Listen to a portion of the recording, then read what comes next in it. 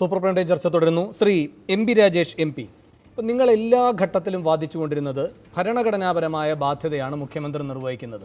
കോടതി വിധി വന്നു, അത് നടപ്പാക്കിയല്ലേ പറ്റൂ, ഉമ്മൻചാണ്ടിയൊക്കെയാണെങ്കിലും നരേന്ദ്രമോദിക്കാണെങ്കിലും എന്ന്.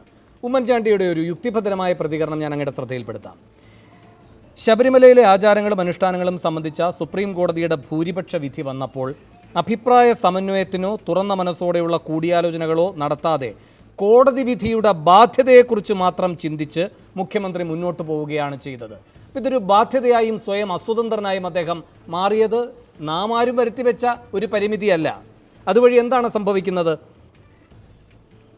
ഇന്ത്യൻ ഭരണഘടനയുടെ വകുപ്പുകൾ വ്യാഖ്യാനിക്കുന്നതിൽ വ്യത്യസ്ത വീക്ഷണം ജഡ്ജിമാർക്ക് പോലും ഉണ്ടായതിൽ ഈ പ്രശ്നത്തിലെ സങ്കീർണത നമുക്ക് മനസ്സിലാക്കാൻ സാധിക്കും.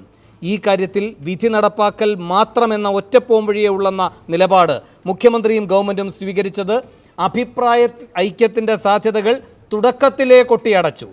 കോടതി വിധി നടപ്പിലാക്കുവാൻ ഗവൺമെൻറ്റിന് ബാധ്യതയില്ലേ എന്നതാണ് മുഖ്യമന്ത്രിയുടെ ചോദ്യം. പക്ഷേ ഗവൺമെൻറ്റിന് മറ്റ് നിരവധി ബാധ്യതകളും കൂടിയുണ്ട്. എല്ലാ വിഭാഗങ്ങളുടെയും വികാരങ്ങളും വിചാരങ്ങളും വിശ്വാസങ്ങളും കണക്കിലെടുക്കേണ്ടതും സർക്കാരിൻ്റെ കടമയാണ്. നിങ്ങൾ ആവർത്തിക്കുന്ന വാദഗതിക്കുള്ള യുക്തിഭദ്രമായ മറുചോദ്യമാണിത് ശ്രീ രാജേഷ്. ശരി, വേണുവിൻ്റെ ഒരു നെടുങ്കൻ ചോദ്യത്തിനും പിന്നെ നേരത്തെ വളരെ അധിക്ഷേപകരമായിട്ട് പറഞ്ഞ ചില കാര്യങ്ങൾക്കും മറുപടി പറയാനുള്ള സമയം തന്നാൽ നന്ദി. അപ്പോൾ ആ വേണു ചോദിച്ച ചോദ്യം ഉമ്മൻചാണ്ടിയെ ഉദ്ധരിച്ചുകൊണ്ടാണ്. ഇതിൽ പറഞ്ഞ കാര്യം എന്താണ്? ഗവൺമെൻറ്റിന് ഭരണഘടനാപരമായിട്ടുള്ള വിധി നടപ്പാക്കൽ അല്ലാതെ ചില ഉത്തരവാദിത്തങ്ങളില്ലേ, കൂടിയാലോചന നടത്തേണ്ടിയിരുന്നില്ലേ എന്നാണ്. ഞാൻ വേണുവിനെയും ഉമ്മൻചാണ്ടിയെയും എല്ലാം ഒരു കാര്യം ഓർമ്മിപ്പിക്കുന്നു. എന്തായിരുന്നു കോടതി വിധി വന്നപ്പോഴുള്ള ആദ്യ പ്രതികരണം? രമേശ് ചെന്നിത്തലയുടെ പ്രതികരണം വന്നു, പരമോന്നത കോടതിയുടെ വിധിയാണ് വന്നിരിക്കുന്നത്, അത് നടപ്പാക്കലാണ് എല്ലാവർക്കും മുമ്പിലുള്ള മാർഗം. നിങ്ങൾ തന്നെ കാണിച്ചിട്ടുള്ള, നിങ്ങളുടെ എത്രയോ പരിപാടികളിൽ ആവർത്തിച്ച് കാണിച്ചിട്ടുള്ള സൗണ്ട് ബൈറ്റ് ഉണ്ട്. പിന്നെ ശ്രീധരൻ പിള്ളയുടെ പ്രതികരണം എന്തായിരുന്നു? ഗോവിന്ദ് ഭരത് പ്രത്യേകം ശ്രദ്ധിക്കുന്നത് ഓർമ്മിക്കുന്നതല്ല, ചില കാര്യങ്ങൾ അദ്ദേഹം സെലക്റ്റീവായിട്ട് മറക്കുന്നുണ്ടെന്ന് തോന്നുന്നു. ശ്രീധരൻ പിള്ളയുടെ പ്രതികരണവും നേരത്തെ എന്തെല്ലാം നിലപാടുകളുണ്ടെങ്കിലും കോടതി വിധി വന്നിരിക്കുന്നു, അത് ബാധകമാണ്. മാത്രമല്ല അദ്ദേഹം ഒന്നുകൂടി പറഞ്ഞു, സംഘമാണ്, RSS ആണ് അതിൻ്റെ ജയ്പൂരിലോ മറ്റോ ചേർന്ന സമ്മേളനത്തിൽ വെച്ച് സ്ത്രീകൾക്കും പ്രവേശിക്കാൻ, എല്ലാ ക്ഷേത്രങ്ങളിലും പ്രവേശിക്കാനുള്ള അവകാശം ഉണ്ടാവണം എന്ന് പറഞ്ഞതിൻ്റെ ക്രെഡിറ്റ് നേടാൻ ശ്രമിച്ച ആളാണ് ശ്രീധരൻപിള്ള. മാതൃഭൂമിയുടെ തന്നെ വക്രദൃഷ്ടി ഉൾപ്പെടെയുള്ള പരിപാടികളിൽ ആ ബൈറ്റ് പ്രദർശിപ്പിച്ചത് വേണുവും മറന്നിട്ടുണ്ടെങ്കിൽ ഞാൻ ഓർമ്മിപ്പിക്കുകയാണ്. അതും കഴിഞ്ഞു. RSSൻ്റെ നേതാക്കളെല്ലാം അതിനെ സ്വാഗതം ചെയ്തു. ജന്മഭൂമിയുടെ ലീഡ് അന്നത്തെ എൻ്റെ ഫോണിൽ ഇപ്പോഴുണ്ട്, സമയം അനുവദിച്ചാൽ ഞാൻ കാണിച്ചു തരാം. സ്ത്രീകൾക്ക് മല ചവിട്ടാം, വിധിയെ മാനിക്കുന്നു RSSൻ്റെ ഔദ്യോഗിക പ്രതികരണം വന്നു, വിധിയെ മാനിക്കുന്നു. ഇവിടെ ഗോപാലൻകുട്ടി മാസ്റ്ററുടെ, അവിടെ നാഗ്പൂരിൽ ഭയ്യാജി ജോഷിയുടെ. എന്താണ് ഇതിനർത്ഥം? എല്ലാവരും സ്വാഗതം ചെയ്ത ഒരു വിധി, തുടക്കത്തിൽ ആർക്കും എതിരഭിപ്രായമില്ലാതിരുന്നൊരു വിധി, അതിനെ രാഷ്ട്രീയ ലക്ഷ്യം വെച്ച് യൂട്ടേൺ എടുത്ത് പിന്നീട് ഒരാഴ്ച കഴിഞ്ഞപ്പോൾ എതിർക്കാൻ തീരുമാനിച്ചാൽ ആ രാഷ്ട്രീയ ലക്ഷ്യത്തിന് തുള്ളേണ്ട ഉത്തരവാദിത്വം ഗവൺമെൻറ്റിനില്ല. ഒന്ന്. രണ്ട്, ഗവൺമെൻറ്റിൻ്റെ പരമപ്രധാനമായിട്ടുള്ള ഉത്തരവാദിത്വം ഭരണഘടനാ ബെഞ്ചിൻ്റെ മൗലികാവകാശം സംബന്ധിച്ചൊരു വിധി നടപ്പാക്കലാണ്. എനിക്കിവിടെ വിചിത്രമായൊരു വാദം, സർക്കാരുമായി ബന്ധപ്പെട്ട ഏറ്റവും ഉത്തരവാദിത്തത്തോടെ പ്രവർത്തിക്കേണ്ട, ജനങ്ങളുമായി ബന്ധപ്പെട്ട ഏറ്റവും ഉത്തരവാദിത്തത്തോടെ പ്രവർത്തിക്കേണ്ട സംവിധാനമാണ് സർക്കാർ. ജനങ്ങളിൽ എന്ത് പ്രതികരണം ഉണ്ടാക്കുന്നു എന്നതിനാൽ സ്വാധീനിക്കപ്പെടുക എന്നത് ഒരു സർക്കാരിൻ്റെ ജനാധിപത്യ സ്വഭാവത്തെയാണ് വ്യക്തമാക്കുന്നത്. കോടതിയല്ല ഈ സർക്കാരിനെ തെരഞ്ഞെടുത്തിരിക്കുന്നത് സാർ.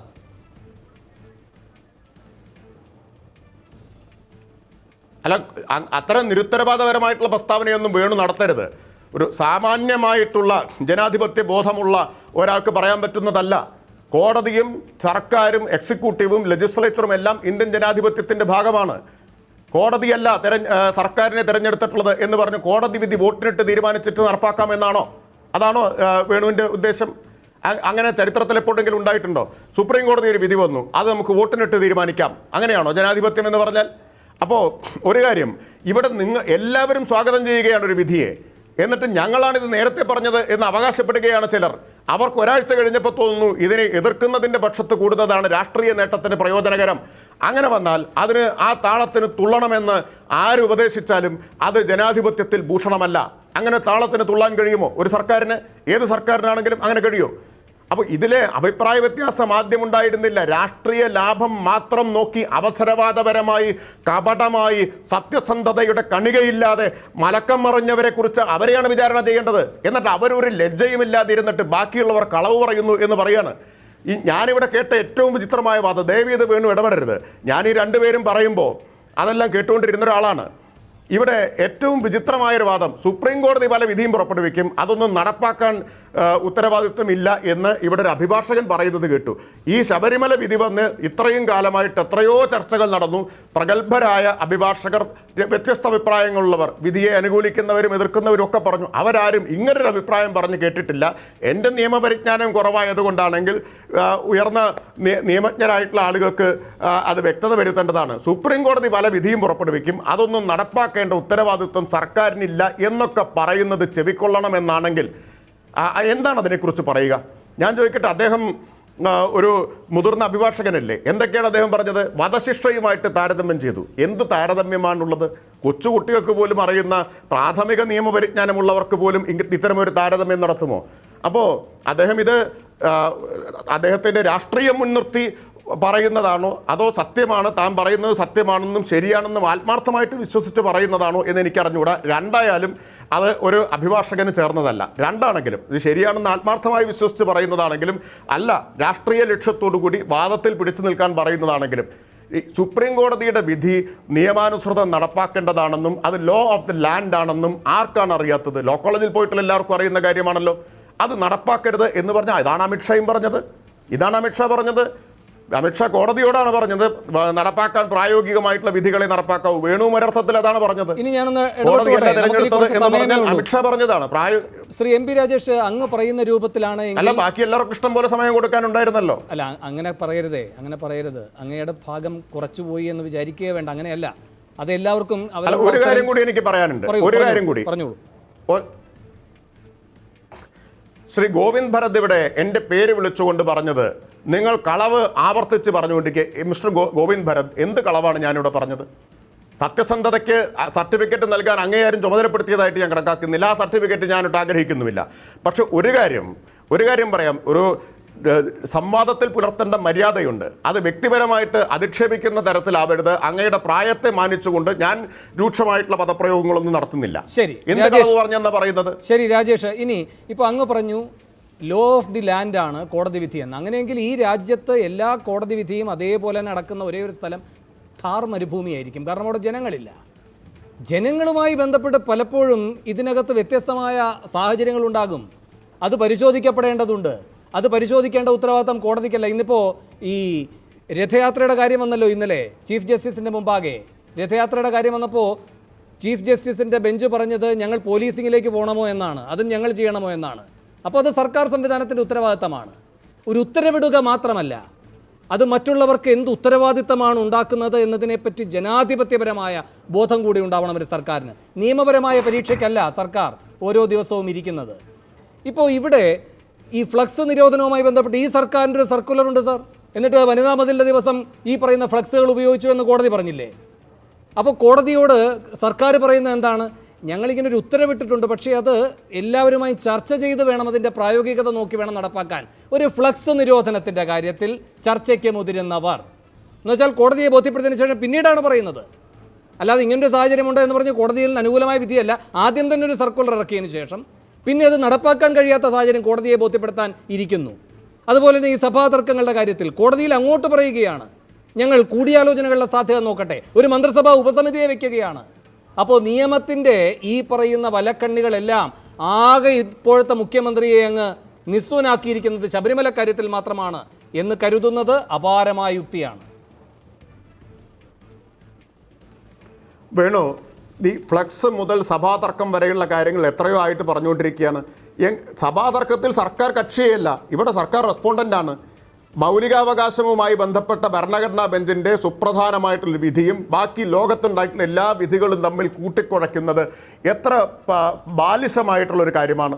ഒന്ന്, ഈ സർക്കാർ തന്നെ പറഞ്ഞിട്ടുണ്ട് സുപ്രീം കോടതി മറ്റൊരു വിധി പുറപ്പെടുവിച്ചാൽ അതും ആ നിമിഷം നടപ്പാക്കുമെന്ന്. അത് ചിലർ കേൾക്കാത്ത ചിലർക്ക് ചിലത് മാത്രമേ കേൾക്കൂ, അതാ പ്രശ്നം. മുഖ്യമന്ത്രി തന്നെ ആവർത്തിച്ച് പറഞ്ഞിട്ടുണ്ട് സുപ്രീം കോടതി ഇനി മറ്റൊന്നാണ്, ഇനി കയറരുത് എന്ന് പറഞ്ഞാൽ അത് നടപ്പാക്കും.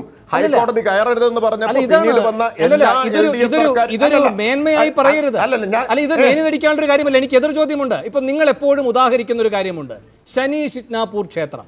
അവിടെ BJP ഇത് നടപ്പാക്കിയല്ലോ, അപ്പോൾ എന്താ അവിടെ ബഹളം ഉണ്ടാകാഞ്ഞാന്ന്? സാർ, നിങ്ങൾ ആ നിയമത്തിന്റെ പശ്ചാത്തലം കൂടെ പരിശോധിക്കണം. ആ നിയമയുദ്ധത്തിന്റെ സർക്കാർ കക്ഷി ചേർന്നു, അവിടെ BJP സർക്കാർ കക്ഷി ചേർന്നുകൊണ്ട് അവിടെ യുവതീ പ്രവേശം ഉൾപ്പെടെയുള്ള കാര്യങ്ങൾക്ക് അനുകൂലമായ നിലപാടെടുത്തു.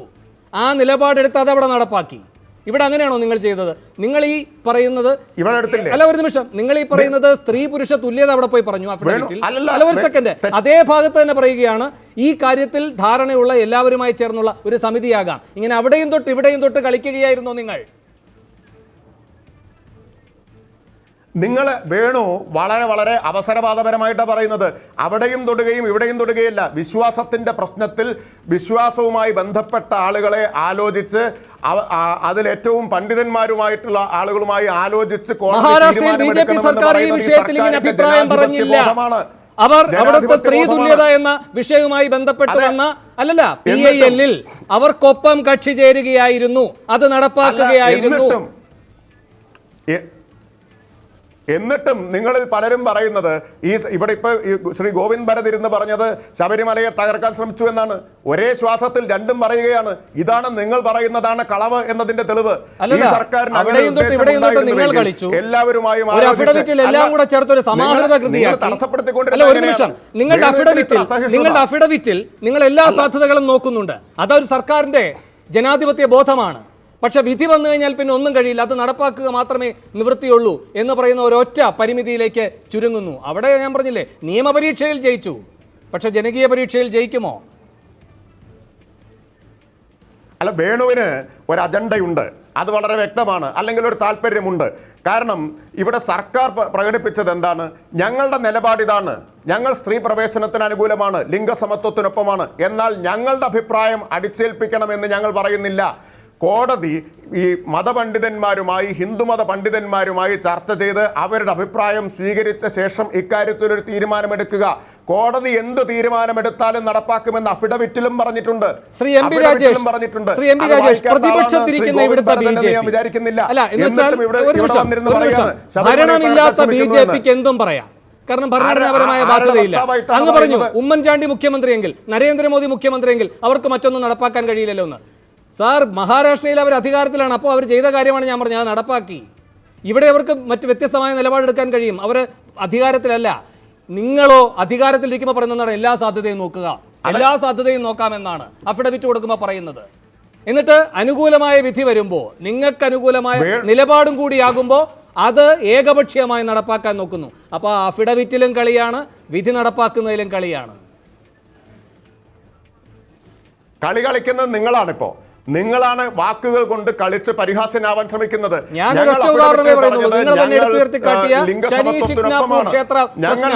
ആ കേസിൽ ആ സർക്കാർ ഈ പറയുന്ന PILകാർക്കൊപ്പം ചേർന്നു, അനുകൂലമായ വിധി വാങ്ങി. പല അഫിഡവിറ്റ് അല്ല, പല അഭിപ്രായങ്ങളുള്ള അഫിഡവിറ്റ് അല്ല കൊടുത്തത്, അത് നടപ്പാക്കി.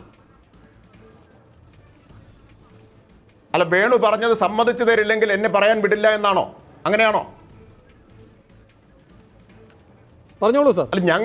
ഞാൻ ആവർത്തിച്ച് പറഞ്ഞു, അഫിഡവിറ്റിൽ പറഞ്ഞ കാര്യം എന്താണ്? ലിംഗസമത്വത്തിന്റെ കൂടെയാണ് സർക്കാർ. അവിടെ രണ്ട് നിലപാട് അല്ലെങ്കിൽ വഴുതിയ നിലപാട് സ്വീകരിച്ചിട്ടില്ല, ലിംഗസമത്വത്തിൻ്റെ ഒപ്പമാണ്. എന്നാൽ അതേസമയം സർക്കാർ നിലപാട് കോടതി അംഗീകരിക്കണം എന്ന് ഞങ്ങൾ ശഠിക്കുന്നില്ല. ഹിന്ദുമത പണ്ഡിതന്മാരുമായി ആലോചിച്ച് വിവേകമതികളായ അത്തരം ആളുകളുടെ, പാണ്ഡിത്യമുള്ളവരുടെ അഭിപ്രായം കണക്കിലെടുത്ത് കോടതി ഒരു വിധി പറയുക. ആ വിധി എന്തായിരുന്നാലും നടപ്പാക്കും. അതാണ് ജനാധിപത്യ ബോധം എന്ന് പറഞ്ഞാൽ. ഇവിടെ ചിലരിന്ന് പറഞ്ഞതുപോലെ ശബരിമലയെ തകർക്കാനാണെങ്കിൽ അങ്ങനെ നിലപാടെടുക്കേണ്ടിയിരുന്നില്ല. നിങ്ങളാണ് സത്യസന്ധതയില്ലാതെ പറയുന്നത്. സർക്കാർ ആ ജനാധിപത്യ ബോധം കോടതിയിൽ പറഞ്ഞു, കോടതിയോട് കൊടുത്ത ഉറപ്പിന്റെ അടിസ്ഥാനത്തിൽ വിധി വന്നു, നടപ്പാക്കി. ഇനി റിവ്യൂവിൽ മറ്റൊരു വിധിയാണെങ്കിൽ അതും നടപ്പാക്കും.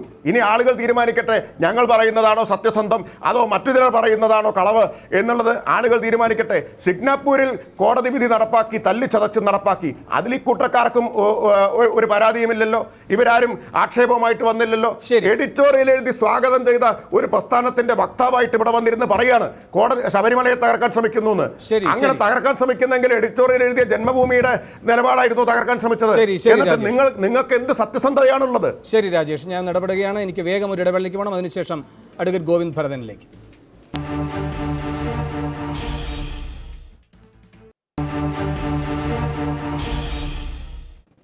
സൂപ്പർ പ്രൈം അവസാന ഘട്ടത്തിലേക്ക്. അഡ്വക്കേറ്റ് ഗോവിന്ദ ഭരതൻ, എനിക്കൊരു ചെറിയ 3 കാര്യങ്ങൾ പറയാനുണ്ട്. അങ്ങ് പറഞ്ഞു ഈ വിശ്വാസത്തെ തകർക്കുകയാണ് CPM എന്ന്. അതിനു മുമ്പ് അങ്ങ് ഒരു കാര്യം പറഞ്ഞു, ഈ വധശിക്ഷയ്ക്ക് വിധിക്കപ്പെടുന്ന കാര്യത്തെപ്പറ്റി. അതിൽ സുപ്രീം കോടതിക്ക് പിഴവ് പറ്റിയിട്ടുണ്ടെന്ന് അങ്ങേക്ക് അറിയുന്നതാണ്. യാക്കൂബ് മേമൻ്റെ കാര്യത്തിൽ അദ്ദേഹത്തിൻ്റെ അവകാശം വിനിയോഗിക്കുന്നതിന് മുമ്പ് കോടതി അദ്ദേഹത്തെ തൂക്കിലേറ്റി. അപ്പോൾ ഉന്നത നീതിപീഠത്തിനും പിഴവുകൾ പറ്റും. പിന്നെ 2 കാര്യങ്ങൾ ഈ വിശ്വാസത്തെ തകർക്കുന്നു എന്ന് പറഞ്ഞുകൊണ്ട് പറയുകയാണ്. മുത്തലാഖിൻ്റെ കാര്യത്തിൽ അത് അസാധുവാക്കി ഭൂരിപക്ഷ വിധി. ന്യൂനപക്ഷ വിധിയാണ് ഒരു നിയമം ഉണ്ടാക്കാൻ വേണമെങ്കിലാകാമെന്ന് പറഞ്ഞത്. നിങ്ങൾ നടപ്പാക്കിയത് അതാണ്. നിങ്ങളെന്ന് വെച്ചാൽ BJP സർക്കാർ. 18 കോടി മുസ്ലിങ്ങളാണ് രാജ്യത്തുള്ളത്. ഇന്തോനേഷ്യ കഴിഞ്ഞാൽ ലോകത്ത് ഏറ്റവും കൂടുതൽ മുസ്ലിങ്ങൾ അധിവസിക്കുന്ന രാജ്യമാണ് ഇന്ത്യ.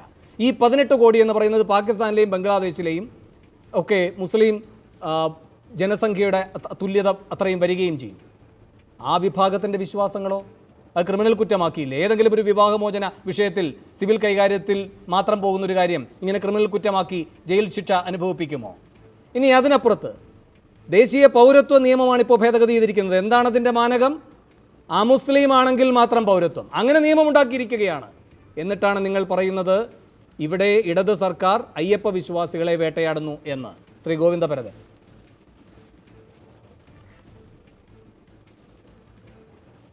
ഞാൻ പറഞ്ഞ കാര്യത്തിൽ ഇത്ര മാത്രമേ ഉള്ളൂ. ഞാൻ ഒരു ഓർഗനൈസേഷൻ്റെയും ഒരു പാർട്ടിയുടെയും റെപ്രസെൻ്റായിട്ടല്ല ഇവിടെ വന്നിരുന്നു. ഞാൻ അവരുടെ സ്പോക്സ്മാൻ അല്ല. ഞാൻ പറഞ്ഞത് എൻ്റെ ഇൻഡിപെൻഡൻറ്റ് ആയിട്ടുള്ള വ്യൂ ആണ്. നിയമത്തെ പറ്റിയിട്ട് ബേസിക് ആയിട്ടുള്ള ഒരു നോളജ് ഉണ്ടെങ്കിൽ മാത്രമേ ഞാൻ പറഞ്ഞ പോയിൻറ്റ്സ് മനസ്സിലാവുള്ളൂ. അത് അപ്പാരൻ്റ്ലി രാജേഷിന് അതില്ല. അതുകൊണ്ടാണ് ഞാൻ പറഞ്ഞ പോയിന്റ് മനസ്സിലാവാത്തത്. തിരിച്ച് അദ്ദേഹത്തിൻ്റെ ആ CPMൻ്റെ stick to 1 point whether it is right or not, if you keep on repeating it will become the truth എന്നുള്ള ആ ആസ്പെക്റ്റിലേക്ക് പോയത്. ഞാൻ പറഞ്ഞത് എന്താണെന്ന് വെച്ചാൽ ഒരു കോടതിക്ക് ഒരു വിധി പാസ്സാക്കാൻ മാത്രമേ അധികാരമുള്ളൂ. അതിന് ഇംപ്ലിമെൻറ്റ് ചെയ്തു കൊള്ളണം എന്ന് പറയാനുള്ള അധികാരമില്ല. അത് വേറെ ഒരു അഡ്വക്കേറ്റും ഇവിടെ വന്ന് ഒരു ചാനലിലും അങ്ങനെ പറഞ്ഞിട്ടില്ല എന്ന് പറയുന്നത് അത് അസത്യമാണ്, ചുരുക്കം പറയുകയാണെങ്കിൽ. രണ്ടാമതായിട്ട് ഒരു സാധാരണ സിവിൽ കോർട്ടിൻ്റെ ജഡ്ജ്മെൻറ്റ് വരെ ആ ജഡ്ജ്മെൻറ്റ് ഡിക്ലെയർ ചെയ്യുക മാത്രമേ ഉള്ളൂ. വേറെ ഒരു പെറ്റീഷൻ കൊടുക്കണം അത് ഇംപ്ലിമെൻറ്റ് ചെയ്യാൻ. So passing of a judgment and implementing of a judgment are 2 different things. ഇതിൻ്റെ ഇടയിൽ സുപ്രീം കോർട്ട് തന്നെ ഈ കാര്യം നമുക്ക് റീകൺസിഡർ ചെയ്യണം എന്ന് പറഞ്ഞുകൊണ്ട് റിവ്യൂ ആപ്ലിക്കേഷൻസ് ഇന്ന ദിവസം കേൾക്കാമെന്ന് പറഞ്ഞപ്പോൾ അതിൻ്റെ ഇടയിൽ കയറി അത് ഇംപ്ലിമെൻറ്റ് ചെയ്യണമെന്ന് പറയുന്നത് വെറും അവരുടെ only intention is to see that the review applications are also rendered totally unnecessary. ഇങ്ങനെയാണ് ഒരു പാർട്ടി അപ്രോച്ച് ചെയ്യേണ്ടത്, ഇങ്ങനെയാണ് ഒരു MP അപ്രോച്ച് ചെയ്യേണ്ടത്. ശരി, അനാവശ്യമായിട്ടുള്ള കാര്യങ്ങൾ ഒരു കാലത്ത് ഒരു ഡിസ്കഷനിൽ വരാൻ പാടില്ല unless you have studied the matter mister. ശരി സർ, ശരി സർ, അങ്ങയുടെ നിലപാട് വ്യക്തമാക്കി. എനിക്ക് സമയവും കഴിഞ്ഞു. പക്ഷേ ഇങ്ങനെ വ്യക്തിപരമായും കൂടി ആക്ഷേപിച്ചിരിക്കുന്നുണ്ട്. സമയം കഴിഞ്ഞിട്ടും ഞാൻ MP രാജേഷിന് സമയം നൽകുകയാണ്. ശ്രീ MP രാജേഷ് 30 സെക്കൻഡ് മറുപടി പറയണമെന്ന് ഞാൻ അഭ്യർത്ഥിക്കുകയാണ്. ദയവ് ചെയ്ത് പ്ലീസ്. ഒറ്റ ചോദ്യം. ഈ ഗോവിന്ദ് ഭരതൻ ഇവിടെ സൗകര്യപൂർവ്വം മറച്ചു വയ്ക്കുന്ന കാര്യം എന്താ? സ്റ്റേ ചോദിച്ച് സുപ്രീം കോടതി കൊടുത്തില്ല, വിധി നടപ്പാക്കരുത് എന്നതാണല്ലോ സ്റ്റേയിൽ ആവശ്യം. അത് കൊടുത്തില്ല എന്ന വസ്തുത ഇദ്ദേഹം സത്യസന്ധതയില്ലാതെ മറച്ചു വെക്കുന്നതല്ലേ? അല്പം സത്യസന്ധത കാണിക്കാം മിസ്റ്റർ വക്കീലെ. ശരി, ഇത് ഞാൻ നേരത്തെ അദ്ദേഹത്തോട് ചോദിക്കുകയും ചെയ്തതാണ്. വളരെയധികം നന്ദി. ഈ ചർച്ചയിൽ പങ്കെടുത്ത എല്ലാവർക്കും. സൂപ്പർ പ്രൈം ടൈം അവസാനിക്കും.